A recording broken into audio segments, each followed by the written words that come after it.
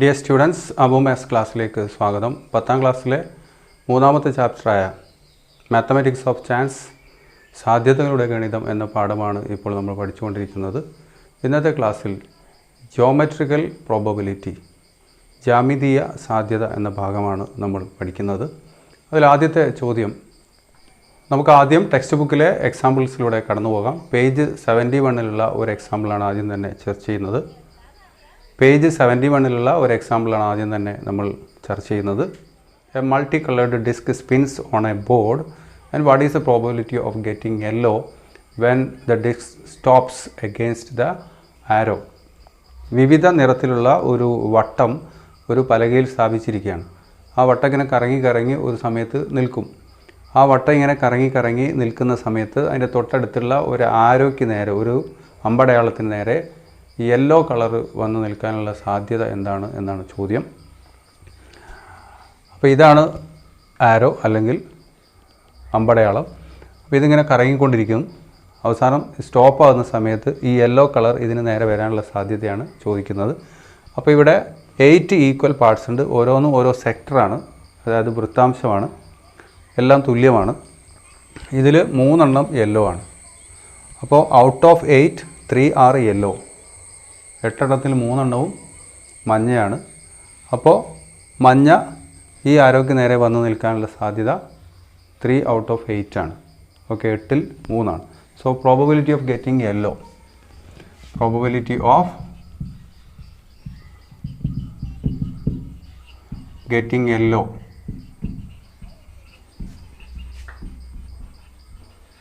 is equal to 3/8. ഇനി ഇതേപോലെ തന്നെ മറ്റ് കളറുകൾ കിട്ടാനുള്ള സാധ്യത എന്താണെന്ന് ചോദിക്കുന്നുണ്ട്. ഇത് വളരെ സിമ്പിൾ ക്വസ്റ്റ്യൻ ആയതുകൊണ്ടെല്ലാം ഞാൻ ചെയ്യുന്നില്ല, നിങ്ങൾക്കും അങ്ങനെ തന്നെ ചെയ്യാം. ബ്ലൂ എത്ര എണ്ണം ഉണ്ടെന്ന് എണ്ണി നോക്കുക, എന്നിട്ട് അതിൻ്റെ നമ്പർ മേലെ എഴുതുക. താഴെ എപ്പോഴും 8 തന്നെ എഴുതിയാൽ മതി.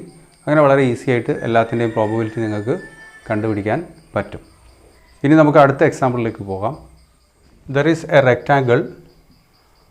The midpoint of one side of the rectangle is joined to the ends of the opposite side, and without looking at the figure or shutting your eyes, you are putting a dot in the figure, and what is the probability of this dot to be within the triangle? Okay, ഒരു rectangle, ചതുരം, അതിൽ ഒരു വശത്തിൻ്റെ മധ്യബിന്ദു മറ്റേ വശത്തിൻ്റെ end പോയിൻറ്റ്സിലേക്ക്, അറ്റങ്ങളിലേക്ക് ഇങ്ങനെ യോജിപ്പിച്ചു. അപ്പോൾ ഒരു triangle കിട്ടി, ത്രികോണം. അതിലേക്ക് നോക്കാതെ അല്ലെങ്കിൽ കണ്ണടച്ചുകൊണ്ട് ആ ചിത്രത്തിലൊരു കുത്തിടുകയാണ്. അങ്ങനെ കുത്തിടുമ്പോൾ ആ കുത്ത് എവിടെയെങ്കിലുമൊക്കെ വരാം. ഇവിടെ വരാം, ഇവിടെ വരാം, ഈ വരേൻ്റെ മേലെ വരാം, അങ്ങനെയൊക്കെ വരാനുള്ള സാധ്യത ഉണ്ട്. അപ്പോൾ ആ കുത്ത് ഈ ട്രയാങ്കിളിൻ്റെ ഉള്ളിൽ, ത്രികോണത്തിൻ്റെ ഉള്ളിൽ വരാനുള്ള സാധ്യത എന്താണ് എന്നാണ് ചോദ്യം. ഓക്കെ, നേരത്തെ 9ാം ക്ലാസ്സിൽ നമ്മൾ പഠിച്ച ഒരു കാര്യമുണ്ട്.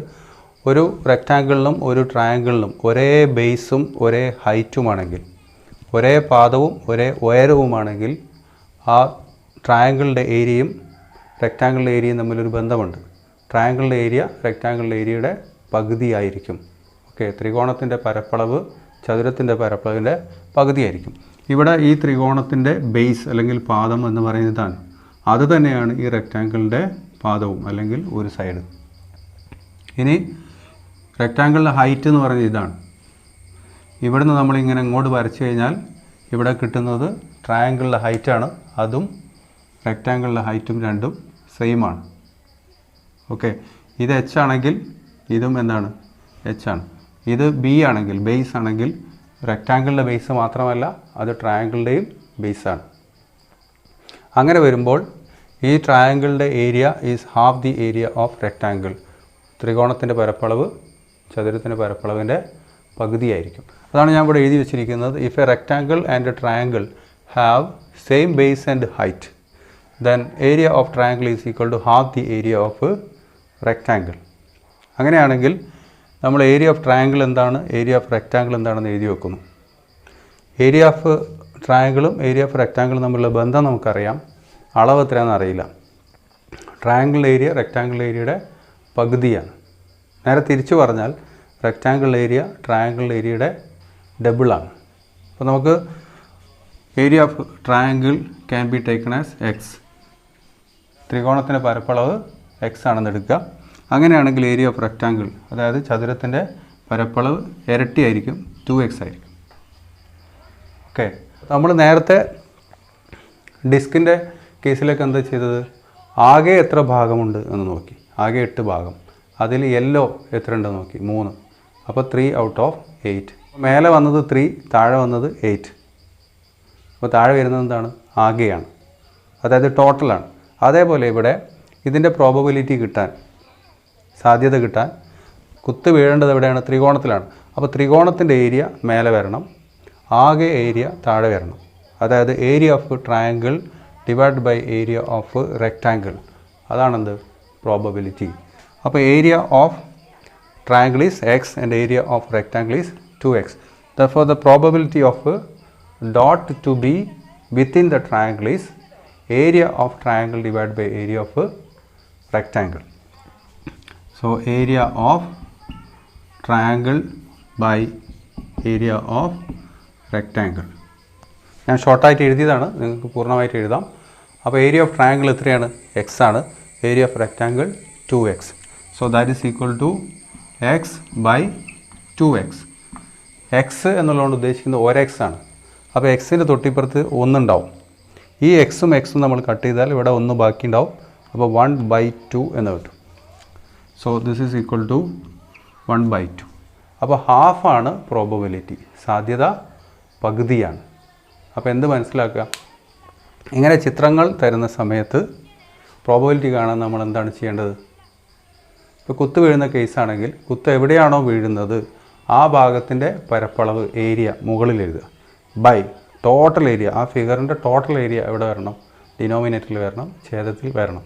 എന്നിട്ട് അതിനെ സിംപ്ലിഫൈ ചെയ്ത് കഴിഞ്ഞാൽ കിട്ടുന്ന ഒരു നമ്പറാണ് എന്തിനെ സൂചിപ്പിക്കുന്നത്? പ്രോബബിലിറ്റിയെ, അതല്ലെങ്കിൽ സാധ്യതയെ സൂചിപ്പിക്കുന്നത്. ഓക്കെ, ഇനി ഇതിനെ തുടർന്ന് വരുന്ന എക്സസൈസിൽ കുറച്ച് ക്വസ്റ്റ്യൻസ് ഉണ്ട്. എല്ലാം ഇതേപോലെ തന്നെ ഫിഗേഴ്സ് തന്നിട്ടുള്ള ക്വസ്റ്റ്യൻസ് ആണ്. അതുകൊണ്ടാണ് ജോമെട്രിക്കൽ പ്രോബബിലിറ്റി എന്ന് പറയുന്നത്. ഓക്കെ, ജ്യാമിതീയ സാധ്യത. ആ ചിത്രങ്ങളെല്ലാം വരച്ചുകൊണ്ട് നമുക്ക് ഓരോന്നായി സാധ്യത കണ്ടെത്താം. എല്ലാ ഫിഗറിലും എന്ത് ചെയ്യുന്നു? Without looking to the figure a dot is put inside. അതിലേക്ക് നോക്കാതെ എന്ത് ചെയ്യുന്നു? ഒരു കുത്തിടുന്നു. ആ സമയത്ത് ആ കുത്ത് പച്ച ഭാഗത്ത് കൊള്ളാനുള്ള, ഗ്രീൻ പാർട്ടിൽ ആ കുത്ത് വന്ന് വീഴാനുള്ള സാധ്യത, പ്രോബബിലിറ്റി എന്താണെന്ന് ചോദ്യം. അപ്പോൾ എല്ലാ ഫിഗറിലും ഒരു യെല്ലോ പോർഷൻ ഉണ്ട്. അതിനുള്ളിലാണ് എന്ത് വരുന്നത്? ഗ്രീൻ പോർഷൻ പാർട്ട് വരുന്നത്. ആ കുത്ത് ഗ്രീൻ പാർട്ടിൽ വീഴാനുള്ള സാധ്യതയാണ് ചോദിക്കുന്നത്. അപ്പോൾ എല്ലാ ക്വസ്റ്റ്യനിലും നമ്മൾ പ്രോബബിലിറ്റി കാണാൻ, സാധ്യത കാണാൻ എന്താ ചെയ്യേണ്ടത്? ആ ഗ്രീൻ പാർട്ടിൻ്റെ ഏരിയ കാണുക, ടോട്ടൽ ഏരിയ കാണുക. ഗ്രീൻ പാർട്ടിൻ്റെ area divided by total area will give us probability. അതിൽ ഒന്നാമത്തെ ഫിഗർ ഇതാണ്. ഒരു സ്ക്വയർ തന്നിരിക്കുന്നു. ആ സ്ക്വയറിൻ്റെ മിഡ് പോയിൻറ്റ്സ് എല്ലാം ജോയിൻ ചെയ്തുകൊണ്ട് മറ്റൊരു സ്ക്വയർ ഉണ്ടാക്കിയിരിക്കുന്നു. ഒരു സമയദ്രം എല്ലാ വശങ്ങളുടെയും മധ്യബിന്ദുക്കൾ യോജിപ്പിച്ചുകൊണ്ട് മറ്റൊരു സമയദ്രം ഉണ്ടാക്കിയിരിക്കുന്നു. അങ്ങനെയാണെങ്കിൽ ഇതിലേക്ക് നോക്കാതെ ഒരു കുത്തിടുകയാണെങ്കിൽ ഉള്ളിലുള്ള ഈ സമയദ്രം അത് പച്ച നിറത്തിലാണ്, ഗ്രീൻ കളേർഡ്. അപ്പോൾ അതിൽ കുത്തി വീഴാനുള്ള സാധ്യതയാണ് ചോദിക്കുന്നത്. അപ്പോൾ നമ്മൾ ഇതിൻ്റെ ഏരിയ കാണുക, ബൈ ടോട്ടൽ ഏരിയ കാണുക. അപ്പോൾ വലിയ സ്ക്വയറിൻ്റെ വൺ സൈഡ് എ ആണെന്ന് വിചാരിക്കുക. അങ്ങനെയാണെങ്കിൽ area of the square is A square. സമയദൂരത്തിൻ്റെ പരപ്പളവ് സൈഡിൻ്റെ സ്ക്വയർ, സൈഡിൻ്റെ വർഗ്ഗമാണെന്ന് നമ്മൾ പഠിച്ചതാണ്. ഓക്കെ, ഇനി ഈ സമയദൂരം നോക്കുക. ഇതിൻ്റെ വികരണങ്ങൾ വരച്ചു കഴിഞ്ഞാൽ ആ വികരണത്തിൻ്റെ നീളവും എന്തായിരിക്കും? എ തന്നെ ആയിരിക്കും. അപ്പോൾ D is equal to A ആണ് ഈ സമയദൂരത്തെ സംബന്ധിച്ചിടത്തോളം. സമയദൂരത്തിൻ്റെ പരപ്പളവ് കാണാൻ വ്യത്യസ്തമായ സൂത്രവാക്യങ്ങൾ നമ്മൾ പഠിച്ചിട്ടുണ്ട്. അതിലൊന്ന് ഇപ്പോൾ പറഞ്ഞു, സൈഡ് സ്ക്വയർ, വശത്തിൻ്റെ വർഗ്ഗം. മറ്റൊന്ന് നമ്മൾ പഠിച്ചത് ഡയഗണലിൻ്റെ നീളം അറിയാമെങ്കിൽ, if you know the length of the diagonal, the formula is half D square. അപ്പോൾ രണ്ട് ഫോർമുലയാണ്, ഒന്ന് എ സ്ക്വയർ, മറ്റൊന്ന് ഹാഫ് ഡി സ്ക്വയർ. ഇത് രണ്ടും സ്ക്വയറിൻ്റെ ഏരിയ കാണാനുള്ള അല്ലെങ്കിൽ സമയദൂരത്തിൻ്റെ പരപ്പളവ് കണ്ടുപിടിക്കാനുള്ള ഫോർമുലകളാണ്. ഈ ഫോർമുല നമ്മൾ ഉപയോഗിക്കുന്നത് സൈഡ് തിരുമ്പാണ്. ഇവിടെ എ മീൻസ് സൈഡ്. ഈ ഫോർമുല ഉപയോഗിക്കുന്നത് ഡയഗണലിൻ്റെ ലെങ്ത് കിട്ടുമ്പോഴാണ്. D means diagonal. അപ്പോൾ ഈ ചിത്രത്തിൽ നോക്കിക്കഴിഞ്ഞാൽ വലിയ ഫിഗറിൻ്റെ ഒരു സൈഡും ഉള്ളിലുള്ള ഫിഗറിൻ്റെ ഡയഗണലും രണ്ടും എന്താണ്? സെയിമാണ്. So area of this square is half D square. That means half A square. Okay, and the area of this square is A square. So we'll write അപ്പോൾ area of a green part that means area of this square that's equal to half D square. Half D square. D means A. Therefore we get half a square. Half a square. Then total area. Total area means area of this square, that is a side square, a square. So we get a square. Then probability of dot to be in green part, that means to be inside this square.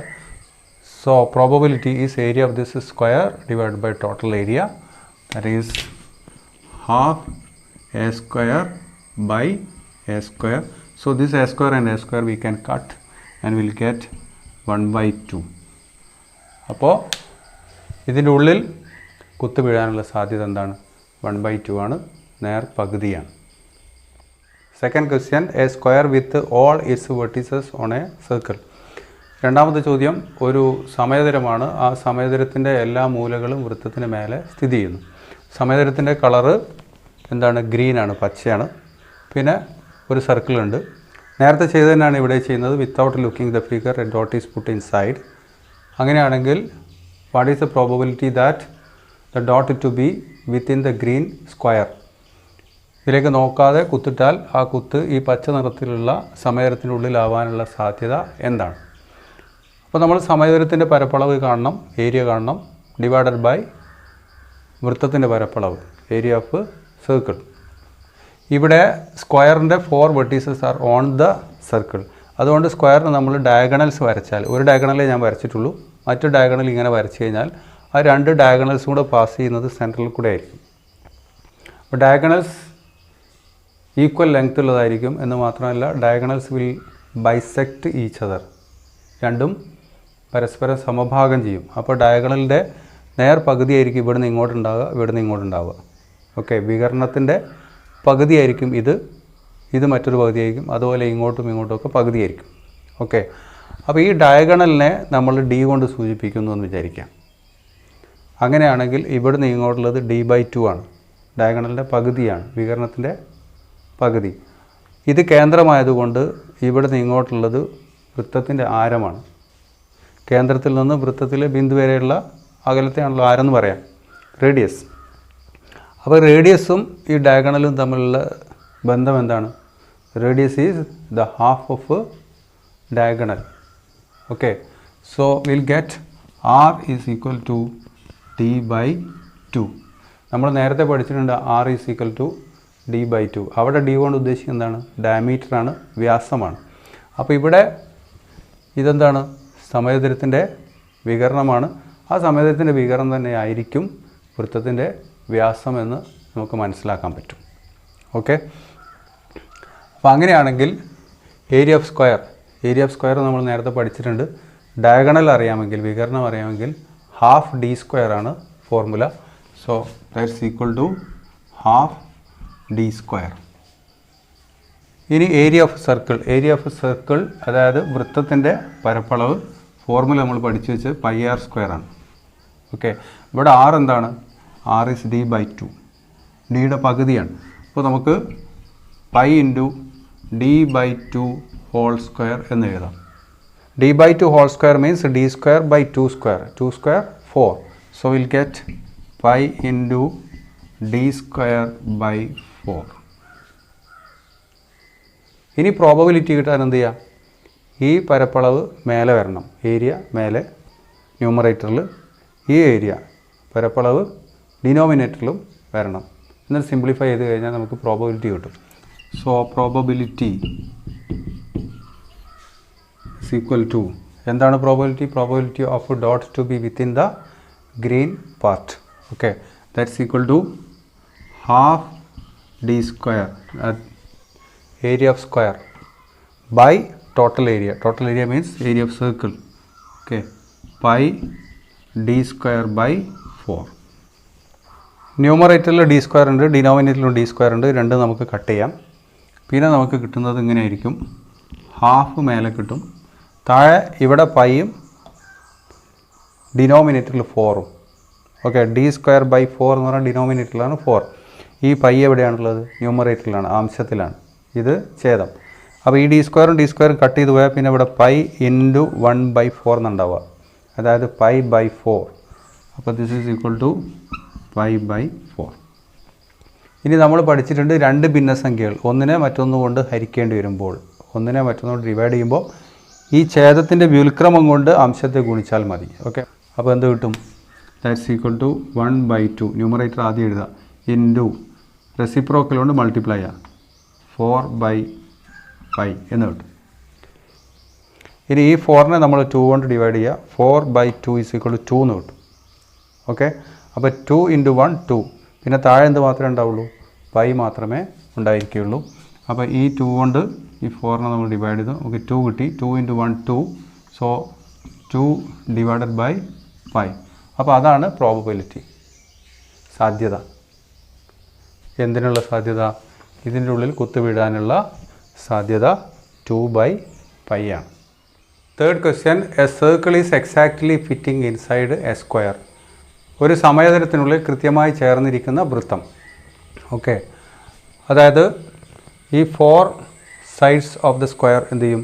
ഈ സർക്കിളിനെ touch ചെയ്യും. അങ്ങനെ touch ചെയ്യുന്ന രീതിയിലാണ് figure വരിക. അങ്ങനെയാണെങ്കിൽ ഒരു കുത്ത് ഇതിൽ നോക്കാതെ ഇട്ട് കഴിഞ്ഞാൽ ഈ വൃത്തത്തിനുള്ളിൽ, സർക്കിളിനുള്ളിൽ കുത്ത് വീഴാനുള്ള സാധ്യതയാണ് ചോദിക്കുന്നത്. അപ്പോൾ നമ്മൾ കാണേണ്ടത് area of circle then divided by area of square, that gives us probability. സർക്കിളിൻ്റെ ഏരിയ കാണണമെങ്കിൽ റേഡിയസ് അറിയണം, അതുപോലെ തന്നെ സമചതുരത്തിൻ്റെ ഏരിയ അറിയണമെങ്കിൽ സൈഡ് അറിയണം. അപ്പോൾ സമചതുരത്തിൻ്റെ ഒരു side area of square is taken to be A, അങ്ങനെ എടുക്കുന്നു. ഇനി ഈ രണ്ട് സൈഡ്സും സർക്കിളിനെ ടച്ച് ചെയ്യുന്ന പോയിൻറ്റ്സാണ് ഇത് രണ്ടും. ഈ പോയിൻറ്റ്സ് ഇങ്ങനെ ജോയിൻ ചെയ്ത് വരയ്ക്കുക. അതേപോലെ തന്നെ ഇവിടെയും ജോയിൻ ചെയ്ത് വരച്ചാൽ ഈ രണ്ട് ലൈൻസും പാസ് ചെയ്യുന്നത് സെൻറ്ററിലൂടെ ആയിരിക്കും. അപ്പോൾ ഇത് O ആണെങ്കിൽ ഇവിടുന്ന് ഇങ്ങോട്ടുള്ള ലെങ്ത്തും ഇവിടുന്ന് ഇങ്ങോട്ടുള്ള ലെങ്ത്തും സെയിം ആണ്. അത് രണ്ടും എന്താണ്? റേഡിയസ് ആണ്, ആരമാണ്. അപ്പോൾ ഈ ടോട്ടൽ ലെങ്ത്ത് A ആണെങ്കിൽ ഇതിൻ്റെ ലെങ്ത്തും എന്തായിരിക്കും? A ആയിരിക്കും. അങ്ങനെയാണെങ്കിൽ ഇവിടുന്ന് ഇങ്ങോട്ടുള്ളത് A/2 ആണ്. അതായത് radius of the circle is A/2 എന്ന് നമുക്ക് കിട്ടും. അതാണ് R is equal to A/2. ഇനി നമ്മൾ രണ്ട് ഏരിയാസ് കാണുന്നു, രണ്ട് പരപ്പളവുകൾ കാണുന്നു. അപ്പോൾ ഏരിയ ഓഫ് സ്ക്വയർ, സമചതുരത്തിൻ്റെ പരപ്പളവ് സമം A², വശത്തിൻ്റെ വർഗം A². Then area of circle is formula is πr². R എത്രയാണെന്ന് കിട്ടി? A/2 ആണെന്ന് കിട്ടി. അപ്പോൾ ഈ ആറിൻ്റെ സ്ഥാനത്ത് നമ്മൾ A/2 കൊടുക്കുക. അപ്പോൾ A/2 ഹോൾ സ്ക്വയർ എന്ന് വരും. അപ്പോൾ എയുടെ സ്ക്വയർ എഴുതുക, 2ൻ്റെ സ്ക്വയർ എഴുതുക. എയുടെ square A², 2ൻ്റെ square 4. So π × A²/4 എന്ന് കിട്ടും. ഇനി പ്രോബബിലിറ്റി എന്ന് പറഞ്ഞാൽ area of circle by area of square. Area of circle is π A²/4 ആണ്. ബൈ എന്ത് വരും? Area of square, that is A². ഈ ന്യൂമറേറ്ററിൽ ഒരു A² ഉണ്ട്, ഡിനോമിനേറ്ററിലും A² ഉണ്ട്. ന്യൂമറേറ്ററിലുള്ള A² എവിടെയാണ്? ന്യൂമറേറ്ററിൻ്റെ ഡിനോമിനേറ്ററിലല്ല, ന്യൂമറേറ്റർ തന്നെയാണ്. അതുകൊണ്ട് ആ A² ഈ A² നമുക്ക് കട്ട് ചെയ്യാം. പിന്നെ ഇവിടെ ബാക്കി ഉണ്ടാവുക പൈയും 4 ആണ്. പൈ ന്യൂമറേറ്ററിലാണ്, ഡിനോമിനേറ്ററിൽ 4 ആണുള്ളത്. അപ്പോൾ ഇത് π/4 ആവും. ഓക്കെ, ഈ A² പോയി കഴിഞ്ഞാൽ A²ൻ്റെ കൂടെ ഇവിടെ ഒരു 1 ഉണ്ട്, ഇവിടെ 1 മാത്രം ബാക്കിയായി വരും. സോ വിൽ ഗെറ്റ് π/4 ബൈ എന്ത്? ഇവിടെയുള്ള 1. ഓക്കെ, ഇനി ഏതൊരു നമ്പറിനെയും നമ്മൾ ഒന്നുകൊണ്ട് ഗുണിച്ചാൽ അതേ നമ്പറാണ് കിട്ടുക എന്ന് പഠിച്ചിട്ടുണ്ട്. അതേപോലെ തന്നെ ഒന്നുകൊണ്ട് ഹരിച്ചാലും any number divided by 1 is that number itself. So π/4 divided by 1 is equal to π/4. So the answer is π/4. So probability of that dot to be within this green circle is what? π/4. പച്ച വൃത്തത്തിനുള്ളിൽ കുത്തുവീഴാനുള്ള സാധ്യത π/4 ആണ്. Fourth question, a triangle got by joining the alternate vertices of a regular hexagon. ഒരു സമഷഡ്ഭുജത്തിൻ്റെ ഒന്നിടപെട്ടിട്ടുള്ള മൂലകൾ യോജിപ്പിച്ചുകൊണ്ട് കിട്ടുന്ന ഒരു ത്രികോണം. Okay, it's A regular hexagon. We have studied about regular hexagon. If all sides and all angles of a hexagon are equal, that is called regular hexagon. എല്ലാ വശങ്ങളും എല്ലാ കോണുകളും തുല്യമാണെങ്കിൽ അങ്ങനെയുള്ള ഒരു ഷഡ്ഭുജത്തിന് പറയുന്ന പേരാണ് സമഷഡ്ഭുജം. അപ്പോൾ ഇതിൻ്റെ ഒന്നിടപെട്ടിട്ടുള്ള മൂലകൾ എല്ലാം ജോയിൻ ചെയ്തു, അപ്പോൾ ഒരു ട്രയാങ്കിൾ കിട്ടി.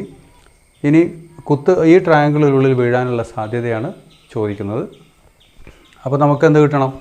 Area of triangle by area of regular hexagon. അതെങ്ങനെ കണ്ടുപിടിക്കും നോക്കാം. ഈ റെഗുലർ ഹെക്സഗണിൻ്റെ ഓപ്പോസിറ്റ് വെർട്ടീസസ് ജോയിൻ ചെയ്തുകൊണ്ട് നമ്മൾ വരയ്ക്കാൻ വിചാരിക്കുക. ഇങ്ങനെ വരച്ചു, അതേപോലെ ഇവിടുന്ന് ഇങ്ങനെ ഇങ്ങോട്ട് വരച്ചു, ഇവിടുന്ന് ഇങ്ങനെ വരച്ചു. അങ്ങനെയാണെങ്കിൽ ആ 3 ലൈൻസും പാസ് ചെയ്യുന്നത് ഒറ്റ പോയിൻറ്റിലൂടെ ആയിരിക്കും. മാത്രമല്ല ഈ ലൈൻസൊക്കെ മറ്റൊരു ലൈനിന് അല്ലെങ്കിൽ ഓരോ സൈഡിന് പാരലലായിരിക്കും. അതായത് ഈ ലൈൻ ഈ സൈഡിന് പാരലലായിരിക്കും, ഈ ലൈൻ ഈ സൈഡിന് പാരലലായിരിക്കും. ഓക്കെ, അതുപോലെ ഈ ലൈൻ വരച്ചു കഴിഞ്ഞാൽ that will be parallel to this side. നമ്മൾ വരച്ചു നോക്കുക എന്തൊക്കെയാണ് പ്രത്യേകത എന്നുള്ളത്. അതിനുശേഷം നമുക്ക് ഏരിയ കാണാം, പ്രോബബിലിറ്റി കാണാം. അപ്പോൾ ഓപ്പോസിറ്റ് വെർട്ടീസസ് ജോയിൻ ചെയ്തുകൊണ്ട് വരച്ചു കഴിഞ്ഞാൽ നമുക്ക് ഇങ്ങനെ ഒരു ഫിഗർ കിട്ടും. ഈ ഫിഗറിൽ ഞാൻ പറഞ്ഞു ഇങ്ങനെ വരയ്ക്കുന്ന 3 ലൈൻസും ഒരൊറ്റ പോയിൻറ്റിലൂടെ പാസ് ചെയ്തതും ആ പോയിൻ്റാണ് ഈ പോയിൻറ്റ്. ഓക്കെ, ഇനി ഇവിടെ these 2 sides are parallel and these 2 sides are parallel, therefore this is A parallelogram. ഇവിടെ ഒരു പാരലോഗ്രാം ഇങ്ങനെ കിട്ടും. ഓക്കെ, അതുപോലെ ഇവിടെ ഒരു പാരലോഗ്രാം കിട്ടും, ഇവിടെ ഒരു പാരലോഗ്രാം കിട്ടും. Parallelogram means സാമാന്തരികം.